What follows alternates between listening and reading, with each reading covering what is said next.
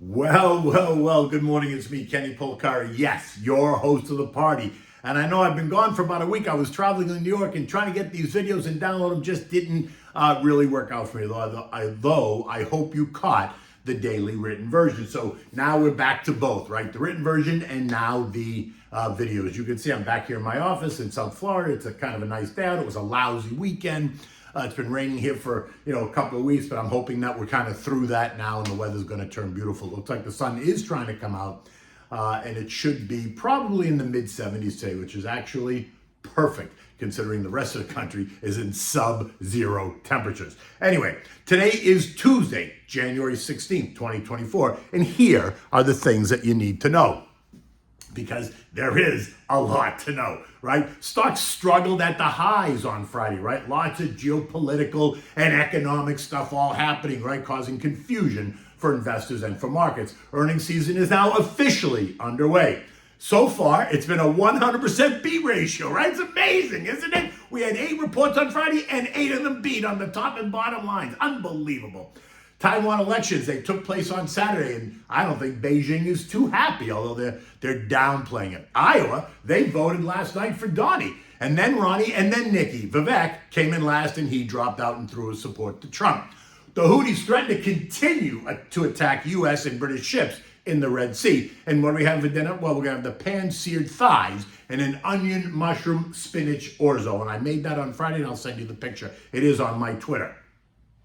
All right, so like I said, there's so much going on, right? We awoke on Friday morning to learn that the U.S. and the U.K. had taken retaliatory strikes against the Houthis overnight on Thursday, right? After they keep challenging and taunting us and the civilized world, raising the temperature in the Mideast, sending global oil markets surging, and world leaders on the edge of their seats. We're also preparing for the results of the Taiwanese election, right, which took place on Saturday. Who would win and how would China respond? Well, Saturday morning, we found out that ḥǐ won the Chinese presidential race. Now, just to be clear, he is China's least preferred candidate, and Xi apparently is not happy. The media said that China is not pleased with Ḥǐ's win, and now Ḥǐ, is tasked with preventing Beijing from coming in and just taking the island over. His victory is being seen as a failure by Beijing because his party lost the parliamentary control, which means that it's a split government, right? Beijing is playing this off as a non-event. Of course they are. The media is saying that there's no immediate threat to Taiwan. I'm playing it as if there is. I've said that all along. You know how I feel. Xi cannot be trusted. He's in bed with the enemies, Russia, Iran, and Syria. My guess is that the plan for reunification of Taiwan and China has now entered stage 2. But that's me. You do you.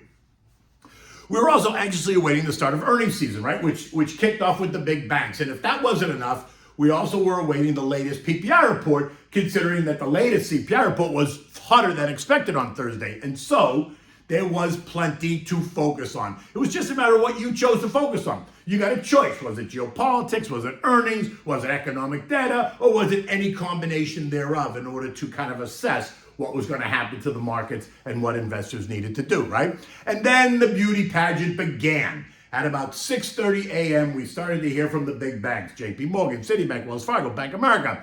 We heard from the very large asset manager, BlackRock, and then one of the biggest, if not the biggest insurers in the country, UnitedHealthcare. And guess what? Not one of them missed their earnings. Can you believe that? And all of them presented caution ahead, which is something that I've been talking about. It was 8 for 8, right? We had 8 reports and 8 for 8, 100% hit ratio. Were you expecting something different? Come on, didn't we discuss this? Didn't I tell you what to prepare for? Jamie Dimon said that the U.S. economy is resilient, right? Due to large amounts of government deficit spending. He expects inflation to be stickier than markets expect, something that we knew. He also thinks that interest rates may be higher for longer than the market expects. And while their profits slipped at JPMorgan, it was still the most profitable year ever at JPMorgan. And they allocated $1.4 billion additional dollars to their loan loss reserve account, suggesting they're still very cautious about what's going to happen in terms of defaults ahead. Wells Fargo, they beat on revenues, they beat on earnings, increased their efficiency ratio, but they are seeing some deterioration in customer credit. Credit losses were $1.28 billion versus 937 million a year ago. Yet, guess what? They announced that they still expect to issue more credit cards in 2024. Something about that just does not seem right to me, but whatever. BlackRock, right? They beat on the top and bottom line. They raised their dividend. They topped the $10 trillion mark for assets under management for the second time in their career. Larry Fink thinks that inflation is going to be stuck at 3+%, but he sees the Fed cutting rates in June, not in March, and he is now the face of crypto as an asset, saying, I believe. Well, of course he does. The BlackRock Bitcoin ETF saw $500 million of inflow in just the first 2 days of trading, which equates to 11,439.2198 Bitcoins. And that, along with the other 10 ETFs, pushed Bitcoin to a high of 49,000 before it settled back. This morning, Bitcoin is trading at 43,000. It's up about 1% year to date, but this is on top of a big move last year. UNH, they beat too. Fourth quarter revenue of $94.43 billion versus the estimate of $92.1. Think higher insurance rate, at whose expense, by the way. They reported that they added 100,000 Medicare members during the enrollment period, a couple of months ago. But they did also report higher medical costs. Duh, you can see that in the CPI figures every month. And that sent the stock down 3.3% or $18 a share. Nothing to get worked up about. At 8:30, we got the all-important PPI, the Producer Price Index, which kept many on the edge of their seats, coming in weaker than expected, which is good, by the way. And that just ignited the whole Fed's going to cut in March story all over again. And that initially sent markets surging. At 10 a.m., all the indexes were printing at the day's highs. But then they weren't, right? Recall that it was a 100% chance of a cut only 2 weeks ago in March. Then it fell to sub 50% after we got that hotter than expected CPI. And then now after we get the weaker PPI, the percentage jumped back to over 80%. So like they say, it appears to me the inmates are running the asylum. Taken individually, the eco data points suggest one thing if you look at 1-to-1. But taken as a whole, the data points suggest a not so fast narrative. And that was once again confirmed by Fed officials pushing back on the March rate cut narrative. Yet the inmates are not hearing it. So let's see who wins this battle. At the end of the day on Friday, it was a mixed performance. The Dow lost 118 points, the S&P gained 4, the Nasdaq gained 3, the equal-weighted S&P lost 12, and the Russell fell by 5, while the transports gave up 65 points. Again, nothing really dramatic, but it's struggling here at the top, right? Oil, which was up by 4% in the early morning on Friday, did tick as high as 75.25 on the back of the confrontations in the Red Sea. But it ended up the day only up 1% at 72.76. This morning, oil is trading up 25 cents at about $73 as the conflict continues, and ship tracking data shows that more tankers and container ships are avoiding the Red Sea and the Suez Canal. And you know what that means? Egypt, Jordan, and to a lesser extent Israel are all facing threats to their economies. Remember, 70% of global shipping is now being rerouted around the Cape of Good Hope rather than through the canal, and that means a drop in revenues for the Suez Canal Authority, which is exactly Egypt. Now, Egypt has three major sources of their revenues. The canal produces about $10 billion a year. Tourism produces $10 billion a year. And gas exports produce about $10 billion a year, right? All three of these sources have now been disrupted since the events of October 7th between Hamas and Israel, and now the events taking place in the Red Sea, right? Between the Houthis and the Western world. Both events being funded by who else? Iran, leaving us to ask, how much longer will Egypt and the civilized world allow this to go on? Because that's going to be the question. Gold ended Friday up $35 or 1.7% at $2,053 an ounce. This morning it's pulling back just a bit, down $7 at $2,046 an ounce. Yes, it rallied on the back of the conflict, right? Think the safety trade, and on the idea that the March rate cut bets are now pushing better than 80%. But nothing dramatic happened over the weekend in the Red Sea, so the focus now returns to what the Fed is going to do. And if the Fed is not going to cut rates as expected in March, then gold is going to back off. And that's exactly what we see happening. Gold remains in the 2,030, 2,100 trading range, a range that I think it's going to remain in for a while until we get real clarity out of the Fed. The VIX, which has been trading at historic lows for 3 months now, is suddenly lifting its head. This morning it's up 5%, right? At 5 a.m. it was up as much as 7%, but it has since backed off. Remember, I told you to pay attention to the fear index weeks ago. It was suggesting way too much complacency. And it was just a matter of time before something or some things came out of left field and hit us on the side of the head. So think earnings, the Red Sea, and the Fed. And while none of this is new, each one of them individually is now heating up. So now taken together, it raises the temperature. And when that happens, fear goes up and stocks go down, right? The World Economic Forum, the WEF, taking place in Davos, Switzerland, right this week. Expect to hear all kinds of commentary from important people all over the world. The theme this year is rebuilding trust. Are you kidding me? Apparently, they're going to be discussing pressing economic and geopolitical issues. They're going to discuss inflation. They're going to discuss supply chains, artificial intelligence, global conflict and security challenges. Funny, I didn't hear anything this year about climate. Did you? I don't think so. Today brings commentary by Chinese, at Davos, today brings commentary by Chinese Premier Li Qiang, EC President Ursula von der Leyen, U.S. National Security Advisor J.P. Sullivan, I can't imagine what he's going to say, and Ukrainian President and Biden supporter Volodymyr Zelensky. This morning, U.S. futures are lower. That's interesting, no? The VIX is up, stocks are down. Dow futures down 200, the S&P's down 27, the Nasdaq down 125, and the Russell's down 18. Again, why are you surprised? And by the way, what does it really mean? It doesn't really mean anything. We're still kissing the all-time highs. It's not like stocks have fallen out of bed. They have not.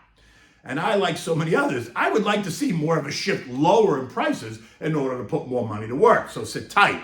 I do believe that the first quarter will remain volatile and will give you an opportunity to do just that. We are now all in on earnings, right? The season has begun. That's it. The next 4 weeks are going to be full of it.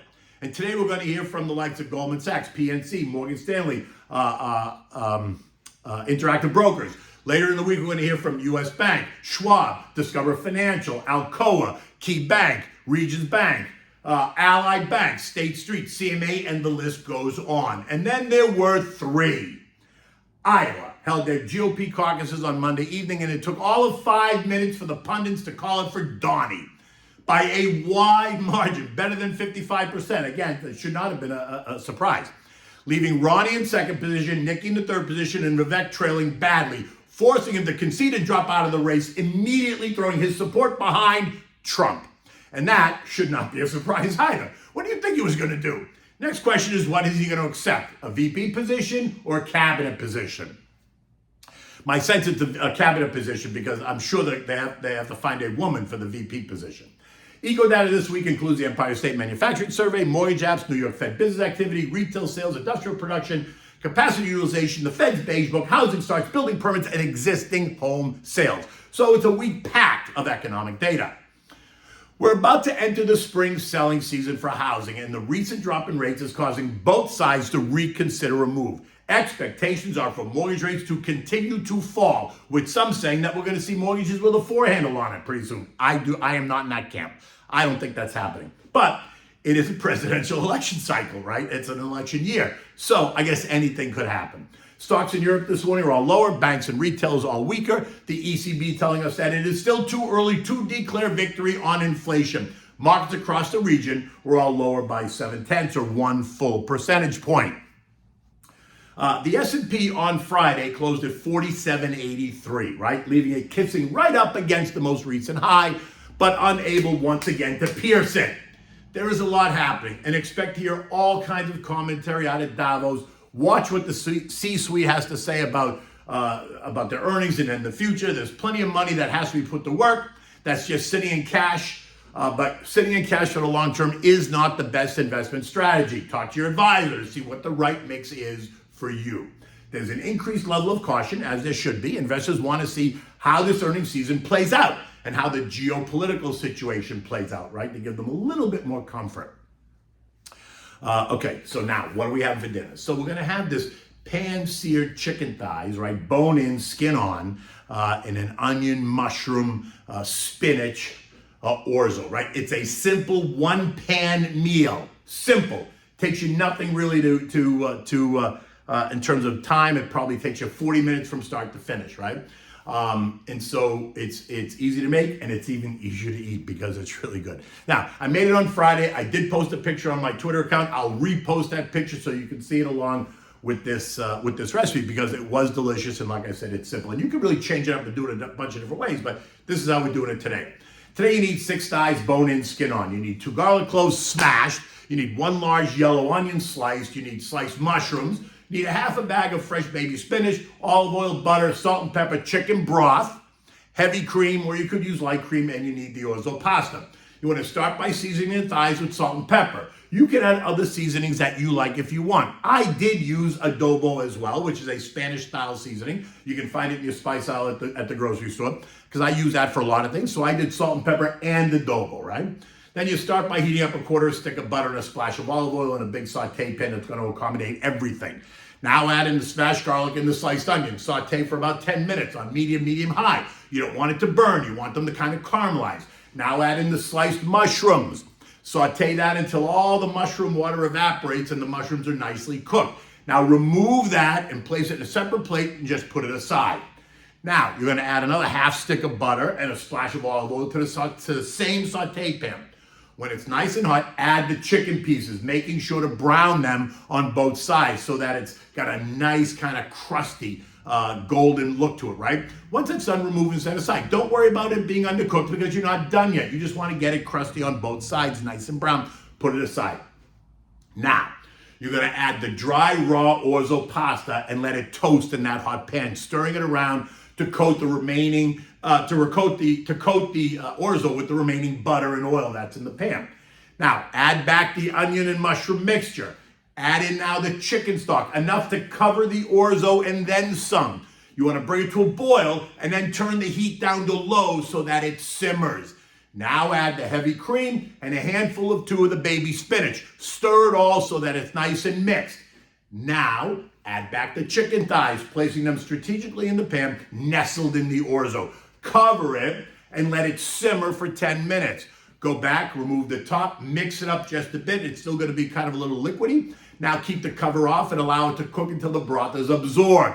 At this point, the whole thing should be 15 minutes or so max, right?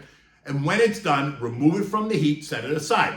When you're serving, make a bed of the onion, mushroom, spinach orzo on the plate, and then place the thigh right on top. Oh my God, it's simple, it's easy, it's one pan, it's not a lot of cleanup. And we'll talk about how to make this another way at another time. Sometimes I do it with tomatoes, because that's also delicious, but we'll get to that at another day. In any event, it's a beautiful day outside. It looks like it's going to be a beautiful day outside, so I'm finally looking forward to the sun. Until tomorrow, take good care.